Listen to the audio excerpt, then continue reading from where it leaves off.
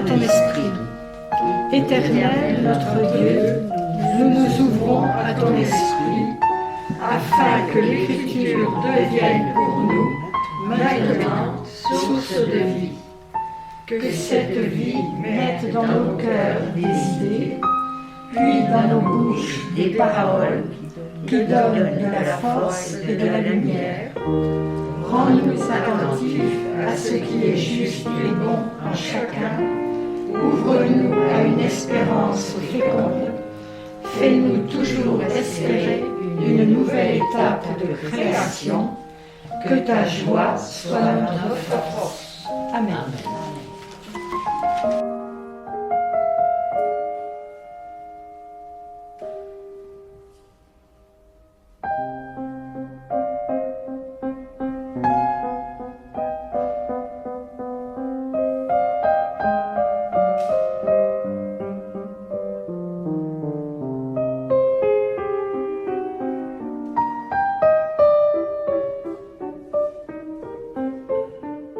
Donc, les premières choses, c'est relever les idées que l'on trouve, les messages, je dirais plutôt, qu'on trouve dans ce texte. Quel est le message important qui passe, ou quelle est la phrase qui vous a marqué, qui vous paraît importante dans ces textes. Et par rapport à cette phrase, à ce message, est-ce que ça évoque en vous une idée, une histoire, une anecdote qui vous permettrait d'illustrer ce passage? Par exemple, je vais vous donner un exemple sur un autre texte. J'ai relu récemment le texte de Saint Jean qui est souvent pris, le texte 14, verset 1-6, où le Christ dit « Ne soyez pas bouleversés, je suis parti vous préparer une place. » Pourquoi vous aurez dit ça? Et quand on leur dit, les apôtres leur disent « Mais je ne connais pas le chemin, mais je suis le chemin, la vérité et la vie. » Ce texte, il est extraordinaire, souvent pris. Quand j'ai lu ce texte, il m'est venu une idée, je me suis dit le message « Je suis parti vous préparer une place. » Et ça m'a fait penser, dans la vie courante, aux amis qui pensent quelquefois nous préparer une place pour qu'on soit bien. Par exemple, à un repas de fête, on va vous donner une bonne place pour que vous soyez à côté des gens que vous avez envie de rencontrer ou que vous n'avez pas vus depuis longtemps. Dans une église, on peut vous anticiper une bonne place pour que vous puissiez bien voir quand il s'agit d'un baptême, d'un mariage. Il y a des gens qui vont anticipe à aller faire la queue pour un musée pour que vous puissiez bien rentrer sans faire la queue. Voilà. Des gens qui pensent à vous préparer une bonne place pour que vous soyez bien. En quoi c'est important? D'abord, c'est un signe d'amour pour vous, un signe d'amitié. Donc quand on retranspose ça avec le Christ est parti nous préparer une place, qui que nous soyons. Quand on sait qu'en plus qu'il est toute miséricorde, ça veut dire que de toute façon, cette place, pour chacun d'entre nous, elle est prête. À nous d'aller vers cette place. Et là, c'est là qu'on doit prendre le chemin. Lequel chemin? Celui de Jésus. Le chemin, la vie et la vérité. Ce chemin, on l'a dans l'Évangile. À chaque fois, dans tous les évangiles, on voit comment le Christ se comporte, comment il interpelle les gens dans leur foi, comment il les guérit, comment il les fait cheminer, comment beaucoup ont tout laissé, et notamment les apôtres, ont laissé leur filet, ont laissé tout pour suivre le Christ. C'est pas un chemin qui est facile, ça on le voit, il est même très difficile. On a la décapitation de Jean-Baptiste, on a la lapidation vers Dieu et il s'en sort. Voilà, c'est pas un chemin facile, mais c'est un chemin qui est plein d'espérance de vérité et c'est ce chemin-là qui nous conduira vers le Père. Voilà. Donc voilà, le genre d'anecdote ou de choses à laquelle on peut penser à partir d'un message. Et c'est ça qui peut nous aider à bâtir après un commentaire d'évangile. En lisant le texte, quels sont les messages forts qu'on trouve? 1, 2, 3 idées maximum. Et comment on va les illustrer pour faire comprendre au public qui est là, aux gens qui sont là, en quoi ce message est important. Et puis l'autre partie, c'est, à partir des textes choisis, le mettre en rapport avec la vie du défunt. Voilà, le message d'amour, quand on voit que dans la vie du défunt, il a fait ce chemin, ce parcours de vérité en lui, eh bien on rejoint l'évangile, ce qui est dit dans l'évangile. Voilà comment on peut préparer un commentaire d'évangile. Alors là, on n'en est pas encore au commentaire d'évangile, mais ce qui est intéressant, c'est que ce travail peut nous aider à mieux connaître les textes et à mieux les proposer aux personnes qu'on accompagne. Parce qu'on a souvent des personnes qui ne connaissent pas du tout les textes, et maintenant, de moins en moins, on leur donne tout le livret en disant, voilà, vous avez 14 lectures, choisissez ce que vous voulez. Ils vont en prendre un, deux, ils vont prendre les plus courts parce qu'ils ne savent pas du tout les plus longs. Et ça n'aura pas forcément un lien avec leur défunt. Donc il faut pouvoir leur proposer à chaque fois peut-être 2, 3 textes qu'on peut lire ensemble en leur demandant, voilà, c'est utilisé dans le message que vous trouvez. La vie l'emporte sur la mort, c'est la notion de la résurrection. Notre foi repose sur la confiance dans le Christ. Le défunt vivra parce que vous allez redonner le bien qu'il vous a donné. C'est toute la transmission de la foi ou du témoignage. Une vie courte est une vie utile. Une vie très courte, de toute façon, est une vie utile. On est bouleversé, mais pas comme ceux qui n'ont pas d'espérance. Dieu est présent et nous ne le voyons pas. L'amour est créateur. Voilà, ce sont plein d'idées qu'on peut trouver dans les différents évangiles qu'on propose. Voilà. Donc là, on va lire chacun personnellement l'Apocalypse. Et puis on partagera sur ce qu'on a relevé. Ensuite, on lira Saint Matthieu. On réfléchira sur ce qu'on y trouve. On partagera. Et entre deux, il y a le psaume qui avait été choisi, parce que ces textes-là ont été choisis par une personne. Le Seigneur est mon berger. Donc on pourra le reprendre sur le livre et voir aussi toutes les paroles, parce qu'il est souvent pris ce psaume. Oui, donc c'est qu'il parle aux gens. Donc ça serait intéressant qu'on puisse relever tout ce qui est dans ce psaume et qui parle vraiment aux gens. Voilà. Et après, eh bien, je vous inviterai à lire la présentation d'un défunt qui a été fait par quelqu'un. Et on essaiera de voir dans toutes les idées qu'on a sorties, quelle est celle qu'on peut mettre le plus en rapport avec la vie du défunt. D'accord ? Allez, on prend nos textes et puis...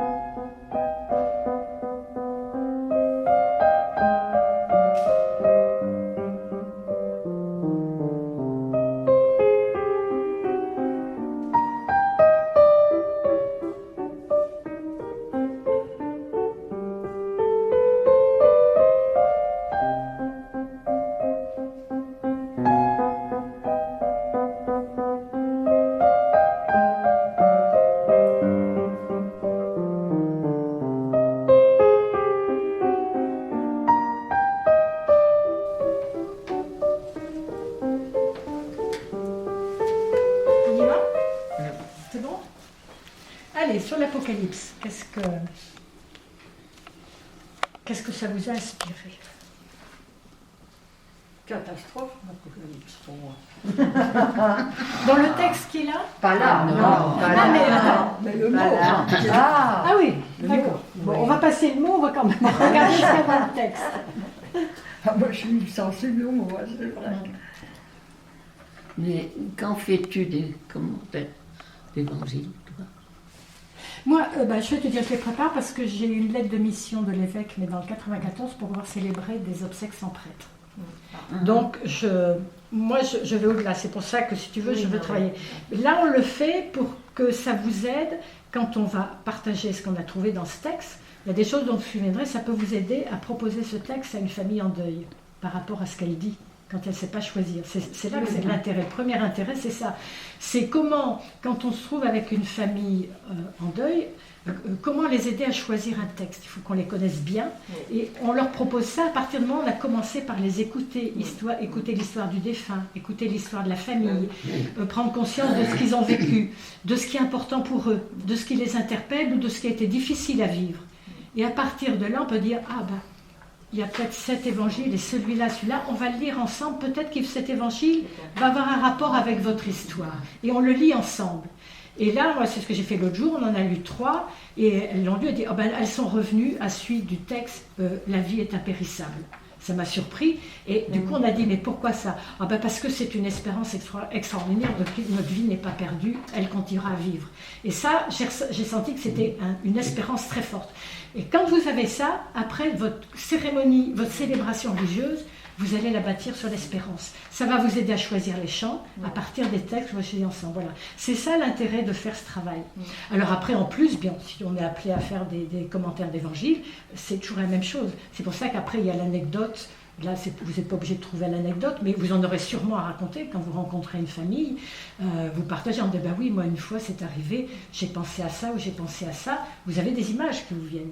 Tout ça, c'est un travail pour mieux connaître l'Évangile, qui soit bien adapté à la personne que vous accompagnez. Et si en plus vous y trouvez des illustrations pour mieux témoigner de ce message que vous dégagez, l'espérance, la confiance en la résurrection, l'amour, la pauvreté du cœur, tous ces mots-là, vous aurez une célébration qui va vraiment interpeller et imprégner les gens qui vont être là. Ils vont trouver le message qu'ils attendaient. Tu vois ?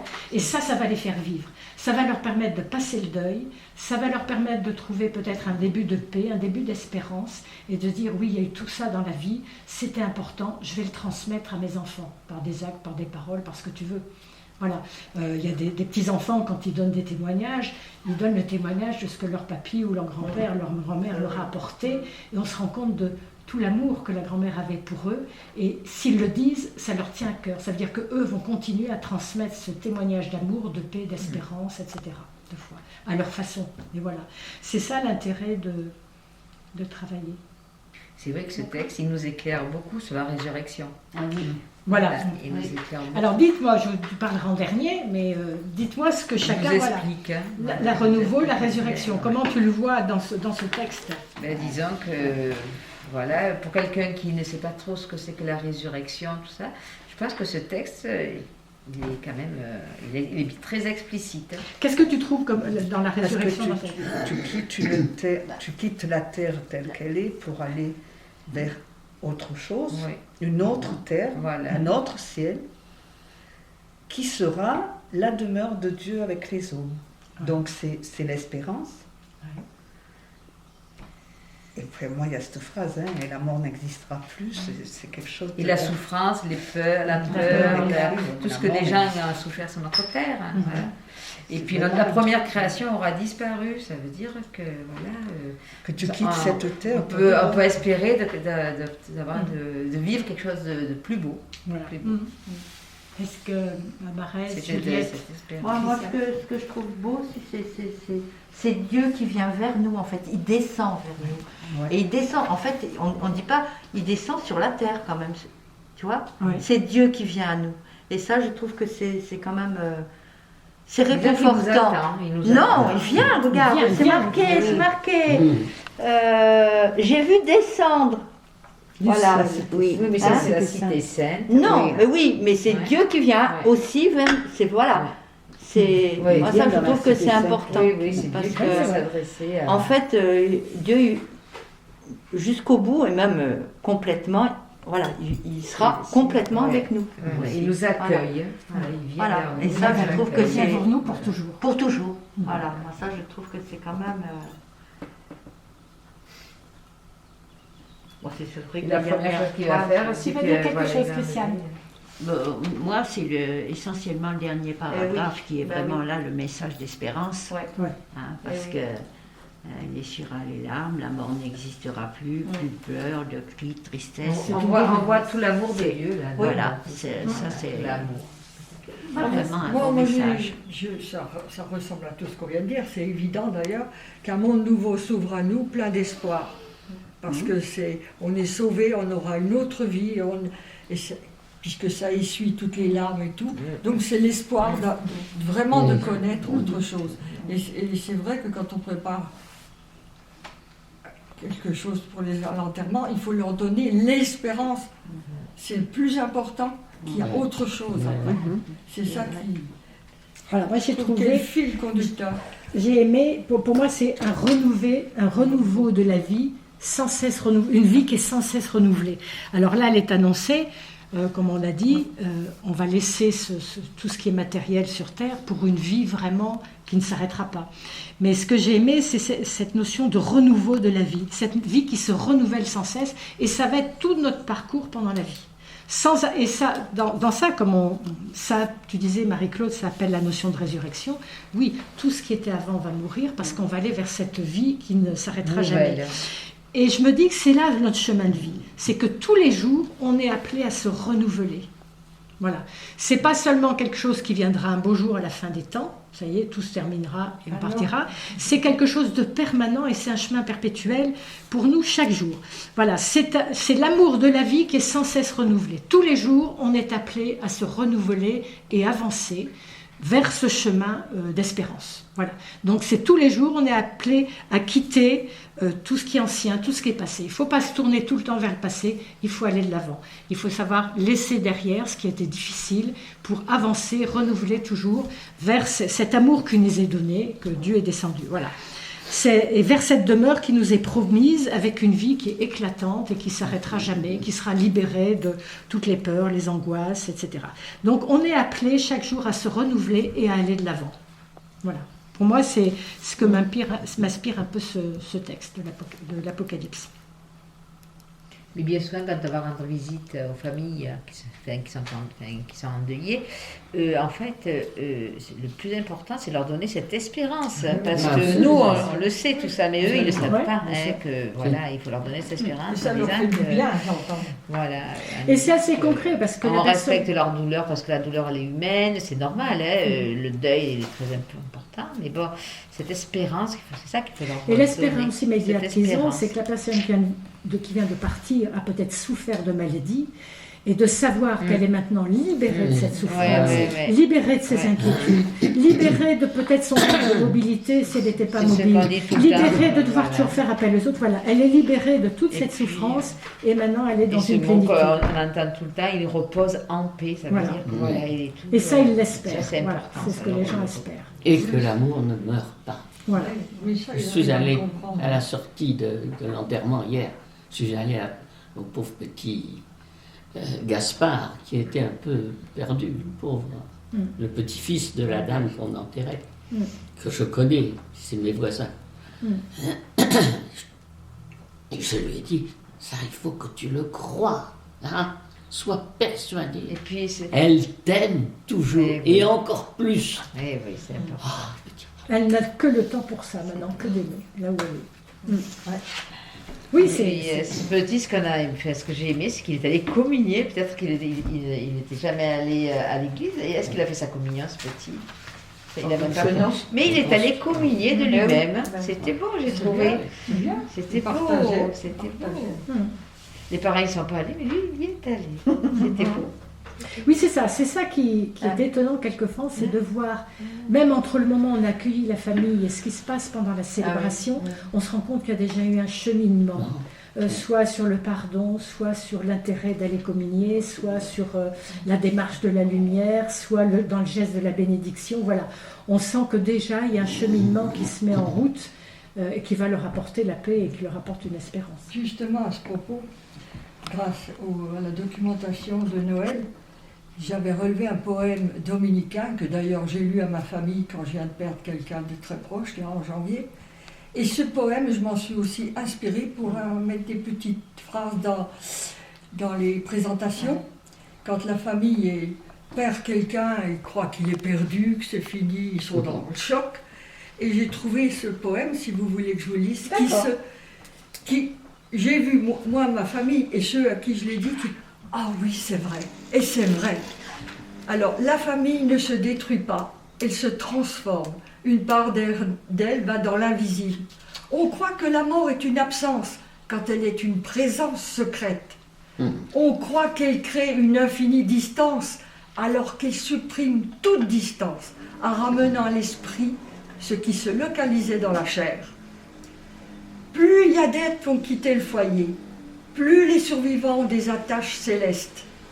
Le ciel n'est plus alors uniquement peuplé d'anges, de saints inconnus ou de dieux mystérieux, il devient familier, c'est la maison de la famille, la maison à son étage supérieur. Et du haut en bas, le souvenir, les secours, les appels se répondent. Et c'est beau parce que c'est vrai. Comme j'ai perdu le père de mes enfants il n'y a pas longtemps, je pense à lui 2 fois plus. Il est plus souvent dans mon esprit que je ne pensais à lui quand il était dans son EHPAD. Et je le sens avec moi, mais c'est vrai. Et tous ceux qui nous ont quittés, ils sont là autour de nous. C'est des attaches célestes. C'est magnifique. Ce dominicain, là, c'est le père. Il est de qui ce dans l'Estrange, il s'appelait. Oui. Mais c'est un poème. Et ça, tout le monde le comprend. Tu nous le donneras. Tu nous le donneras, il a un titre, oui, je voudrais le retrouver. Comment il Je s'appelle? l'ai sur mon internet, je peux te Tu l'envoyer. l'envoies. Et chaque fois, je mets une petite phrase qu'on le retrouve plus dans. Il nous quitte pas. Mais ça, très bien, c'est ils ça. le comprennent. C'est Parce des mots que c'est simples. des mots à nous. Voilà. Ouais. Et ça, Très bien. c'est une recherche que j'ai fait là pour ce truc. L'arrêt d'herbe Oui. fraîche me fait reposer. Il me mène vers les eaux tranquilles et me fait revivre. Il me conduit par le juste chemin pour l'honneur de son nom. Si je traverse les ravins de la mort, je ne crains aucun mal, car tu es avec moi. Ton bâton me guide et me rassure. Tu prépares la table pour moi devant mes ennemis. Tu répands le parfum sur ma tête, ma coupe est débordante. Grâce et bonheur m'accompagnent tous les jours de ma vie. J'habiterai la maison du Seigneur pour la durée de mes jours. Voilà, ben, on retrouve la justice, la paix, l'espérance, la place préparée L'amour. et tous les jours l'amour, ce renouveau de tous les jours. Voilà, donc là on peut voir que ces deux textes de l'Ancien Testament, et Saint Matthieu et le Psaume, sont très logiques.